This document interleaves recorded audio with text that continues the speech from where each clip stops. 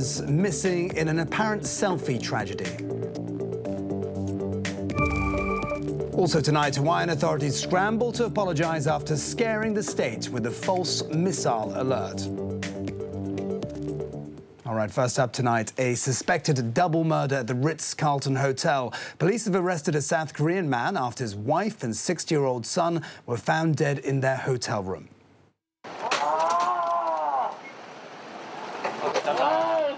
42-year-old suspect was visibly emotional when he was taken to Queen Elizabeth Hospital for an injury check. Police officers broke into his hotel room after receiving reports of fighting around 8 o'clock this morning. There, they found the bodies of a woman and a boy covered in blood and wounds, as well as a ceramic knife. The man reportedly called a friend in South Korea around 7 a.m., saying his family was going to commit suicide together. His friend called the Korean police, who got in touch with the consulate in Hong Kong and alerted the local police. To another twin death case, this time a suspected murder-suicide. A 66-year-old man plunged to his death early this morning after allegedly killing his wife at a Tuen Mun public housing estate. Police rushed to Lung Yat estate after receiving a report from a security guard there saying a man had fallen from height. His body was found on a podium and was pronounced dead on site. Officers then broke into his flat and found the body of his 63-year-old wife with wounds on her neck. A knife was found at the scene. Police said both had a history of mental illness. All right, in other news, voting is underway for the pro-democracy camp's election primaries in New Territories East and Kowloon West. 6 hopefuls are competing for the 2 spots to represent the Pan Democrats in Legco by-elections in March. Well, a long line was spotted in Shek Kim May as people took part in the first pro-democracy primaries since 2007. The by-election is for seats vacated by 2 disqualified localist lawmakers. Competing in Kowloon are ousted legislator Edward Yiu, former lawmaker Frederick Fung, and Democratic Party's Ramon Yun. Meanwhile, former student leader Tommy Chung, Labour Party's Stephen Kwok, and New Democrats Gary Fan are vying for the other seat. The primary consolidates our votes together to help win the Legco seat back. So as long as we vote with our conscience, it doesn't matter who ends up representing the camp. I guess choosing one candidate with the most support to run will help the camp cut back on campaign costs and also prevents pro-democracy votes from being split over different contenders. In India, at least 3 students have drowned after a boat carrying dozens overturned off Mumbai's coast. As Diane To reports, it's believed the students put too much weight on one side of the vessel when they gathered to take a selfie. A horrifying scene in Western India. At least 3 schoolgirls killed when a boat packed full of students capsized in waters off the coast not far from Mumbai. The vessel reportedly overturned when they crowded onto one side to take selfies. Authorities say as many as 40 were crammed on board and not one was wearing a life jacket. Onlookers did what they could to try to pull everyone to safety.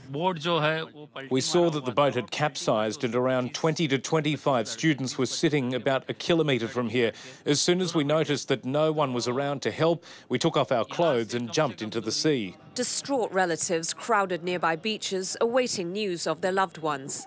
India's Coast Guard says 23 children were being treated in hospital, with 9 others discharged, while the nation's president has offered his condolences to the families, promising the search for those missing will continue. OK, to mounting tensions between Iran and the US next. Tehran is hitting back over new sanctions imposed by Washington and saying the nuclear deal between the 2 countries is not renegotiable. This after President Donald Trump pressured its allies, including China and the UK, to change the agreement. Lucy Fielder reports. Iran said Saturday it would retaliate against new US sanctions imposed by Donald Trump on the head of Iran's judiciary and others. The US president also reluctantly signed the waiver on nuclear sanctions for what he said was the last time on Friday, giving Washington and its European allies a last chance to fix what he called disastrous flaws in the pact reached under Barack Obama. The new sanctions target 14 Iranian entities and people, including Ayatollah Sadiq Larijani, a close ally of Supreme Leader Ayatollah Ali Khamenei. They crossed all red lines, Iran's foreign ministry said, and violate international law. But it didn't clarify how Tehran might hit back. Trump chafed at having to sign the deal again and wants it strengthened with a separate agreement within 120 days to keep Washington in. His conditions include immediate inspections at all sites requested by international experts and making any Iranian missile testing subject to severe sanctions. Iran says its nuclear program is peaceful. Trump's ultimatum puts pressure on European backers of the nuclear deal to satisfy Trump if they want it to hold. One diplomat telling Reuters it would be complicated to save it after this. People in Hawaii woke up yesterday to panic-causing alerts that a missile was coming. Luckily, it was a mistake, but it's one that's left the authorities seriously red-faced. Here's Conway Gittins with the details. Officials in Hawaii and Washington were scrambling Saturday to explain this, how a text message as serious as this one was sent to Hawaiians warning a ballistic missile was heading their way. I was wakened by the alert like everyone else here in the state of Hawaii. It's unfortunate and regrettable. We will be looking at how we can improve the procedures so it doesn't happen again. The incident takes place amid heightened tensions over the rise of North Korea's nuclear missile program. Some experts believe North Korea now possesses the ability to launch a rocket that can reach the Hawaiian Islands. I apologize for this. This is my responsibility and my team. But please keep in mind that, again, the threat is there. If this comes out, you're going to have only about 12 to 13 minutes of warning for an actual event. And please take this to heart. In a precautionary step, Hawaii in December began resuming monthly tests of a statewide alarm system created during the Cold War and not used since the 1980s. Hawaii is the first state in the union to do so. The Federal Communications Commission said it will launch a full investigation into Saturday's mishap. Up next, the latest from the world of business.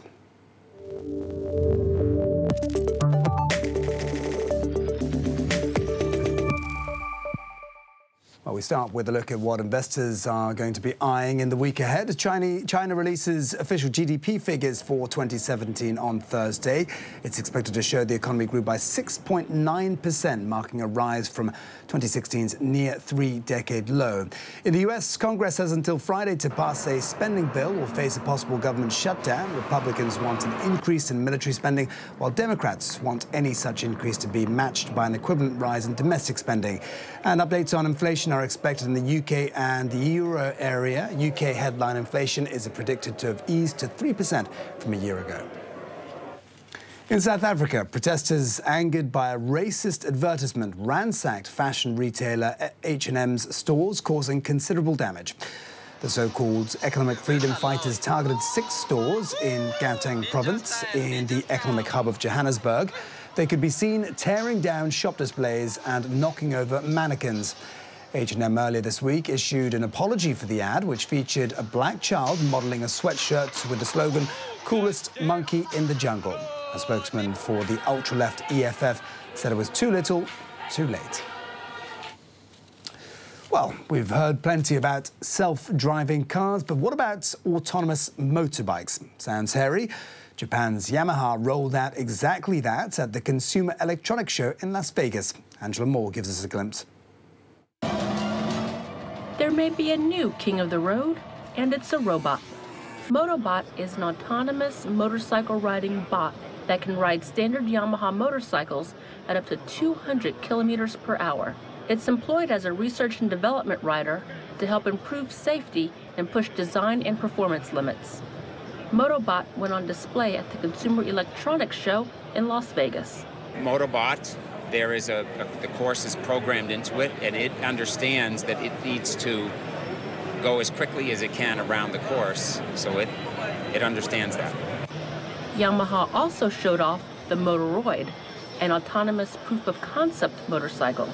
It thinks with the use of AI, cameras, sensors, and facial recognition technology.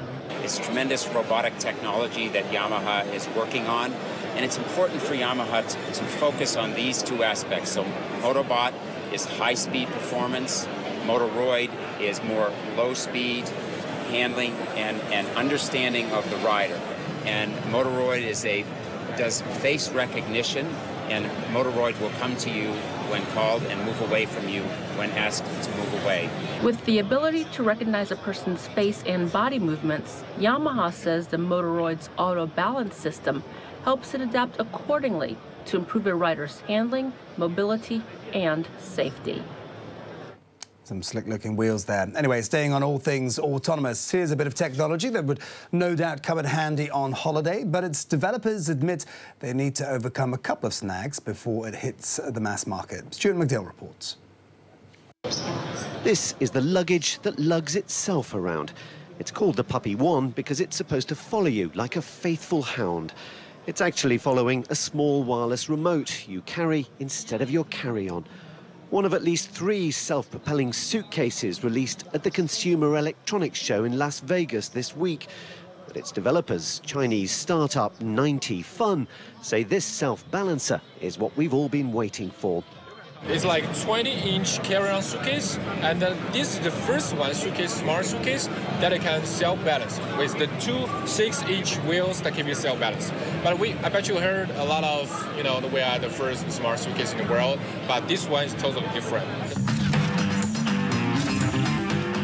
If it's stolen or lost, the company says you can track it with GPS.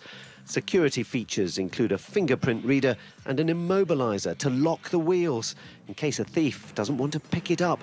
And the company admits it wants to reduce its weight. I think first one is we got to lower the price and lower the weights. I think the weights is another problem because we have the 2 6-inch wheels. It takes a lot of weight. Forget self-driving cars or self-propelled golf bags. The self-propelled suitcase is coming. All right, time for a break now, but when we return, it's a search unlike any other as dozens of aspiring mermaids pour into Florida in the hopes of an aquatic life.